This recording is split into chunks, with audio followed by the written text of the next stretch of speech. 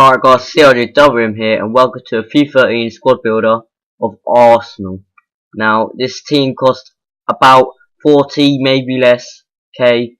But it could be more if you want to get informed players such as Santi Cazorla.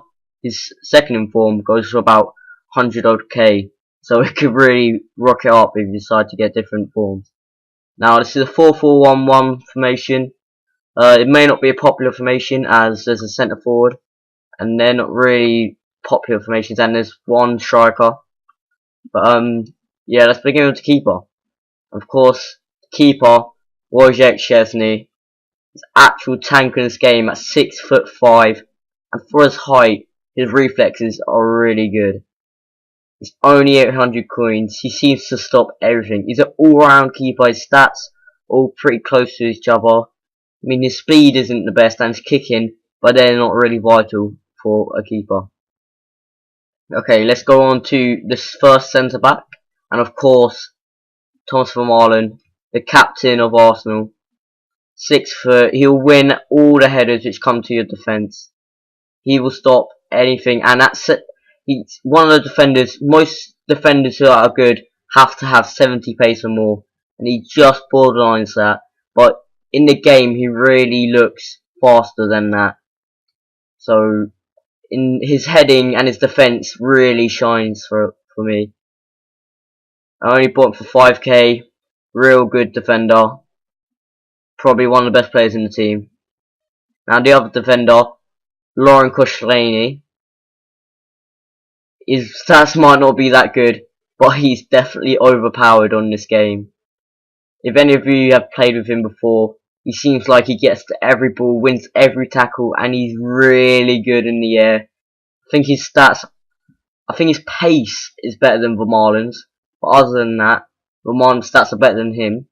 And Koscielny really does get to the same level as him, and he's 4k cheaper, so he's definitely a good buy for the team. Now let's go right back, and that's Bakary Sagna. Now he is a player which I don't really notice when I'm playing. He's got great pace, maybe not enough for a right back, but his overall stats as a defender really keeps him tight, and he never really pushes forward. Maybe that's why I don't really notice him as much. He goes for about 4k. Maybe he should be a bit cheaper than that. He really doesn't do a lot in my games, but he's still a quality defender. And now let's go to the left back, and that is Kieran Gibbs. Only because Arsenal's left backs, we don't really have any. I would pick Ashley Cole if it was another team, but of course it's Arsenal, so I'm going to pick Kieran Gibbs. At 84 pace, not the best pace for a left back.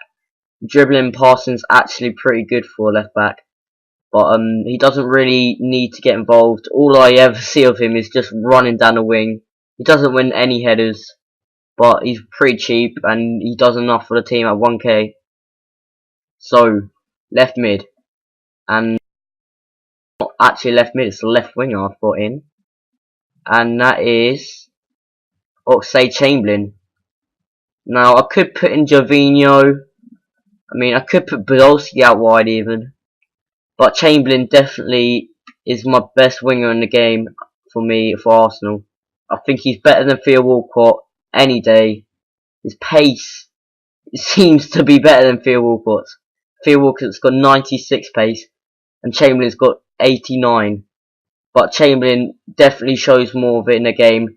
His skill moves really does put him apart from Walcott with 4-star skills, and his weak foot is definitely noticeable. And for the price he is, he's definitely a good player to buy for your team. I have to get him left wing because left mid is quite a lot more expensive, so it will still give you the same 100 chemistry at the end, or 99 if you don't want a manager. So the right mid, again, it's a right winger, and that is of course Theo Walcott, 96 pace. I could put him up front, but I feel that I need more better finishers, should I say, up front. And Walcott does provide a lot on the right. He does very good crosses, surprisingly, because in real life his crosses are actually bollocks.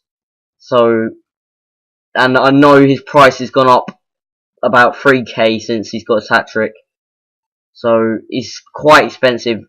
It would hope if you gave it a week or maybe two after the crash in the market, he would be back to his normal price, about 2k again. It would be much better if he did have better skill moves and weak foot, because as a winger you really need to have better dribbling and skills. His dribbling is only 80, and on the ball it really does show. But other than that, his pace really sets him aside from other midfielders. And the first centre mid is going to be Jack Wilshere.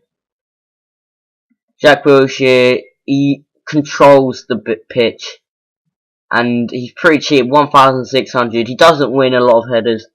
I don't think he wins any headers actually, but he uses his left foot very well. He doesn't score a lot of goals. As for me, he hasn't scored once in the 9 games, but he's definitely a contributor, not a scorer. Now, the other centre mid has more involvement than Jack Wilshere, and that is Arteta. Even though his pace is not very good, he scores more goals than Wilshere, and his passing is absolutely excellent, and his dribbling shows as well.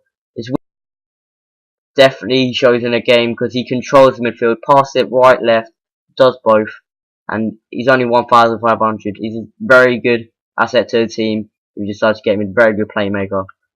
Now the centre forward, I think it may be centre attacking mid, and this is my favourite player for this team, Santi Cazorla. He actually dominates midfield every game I play. He scored 9 goals as well. As a midfielder, has quality. He does cost quite a bit at 8,500, but he controls midfield. He can dribble around at anyone who you decide to put him around. His pace could be better running into the box, but shooting does definitely not look like 78 in a game. His heading doesn't really matter because his skill moves and his weak foot are absolutely amazing. So he's probably my favourite player for this team. He does everything for the team. And the striker, not Giroud. I don't like Giroud at all. The striker is Lucas Podolski. Now his stats are amazing. At 87 pace, 87 shooting, he should be one of the top strikers.